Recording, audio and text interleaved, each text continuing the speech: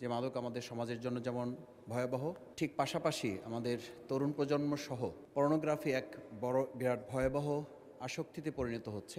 একই সাথে আমরা স্কুল কলেজগুলোতে যেমন তথ্য প্রযুক্তি সহজলভ্য করার চেষ্টা করছি, ঠিক পাশাপাশি আমরা লক্ষ্য করছি আমাদের সন্তান, আমাদের পরিবারের সদস্যভুক্ত সম্মানিত সদস্যবৃন্দ এবং আমাদের স্কুল কলেজগুলোতে আমাদের সন্তানদেরকে একই সাথে যেমন আমরা তথ্য প্রযুক্তিতে আমরা বলি যে নলেজ ইজ পাওয়ার, এটা ছিল ইনফরমেশন ইজ পাওয়ার, পরবর্তীতে এখন টেকনোলজি ইজ পাওয়ার।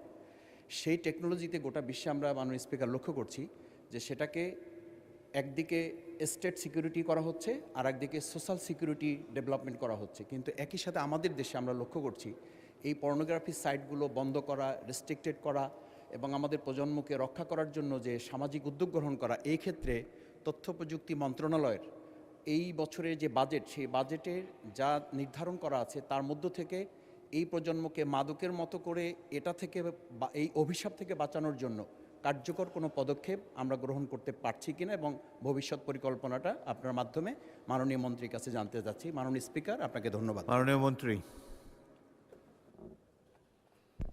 ধন্যবাদ মাননীয় স্পিকার। মাদক সারা বাংলাদেশে একটা ব্যাধি হয়ে গেছে।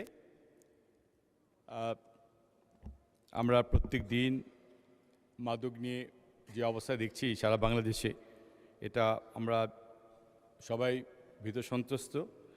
আমরা এটিকে এখান থেকে বের করে আনার জন্য আমাদের তথ্য প্রযুক্তি থেকে আমরা প্রত্যেকটা উপজেলায় পর্যায়ে আমরা যাতে উপজেলার পর্যায়ে আপনার AI plus freelance internet service দিতে পারি, তার জন্য চেষ্টা করছি। I will try to divert the young generation.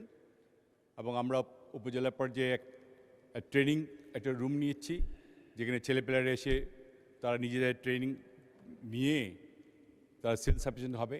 এই পর্যায়ে আমরা কাজ করছি। আশা করি কিছু কিছু উপজেলায় আমাদের ট্রেনিং কোর্স করা শুরু হয়ে গেছে এবং বেশিরভাগই এখনও বাকি আছে।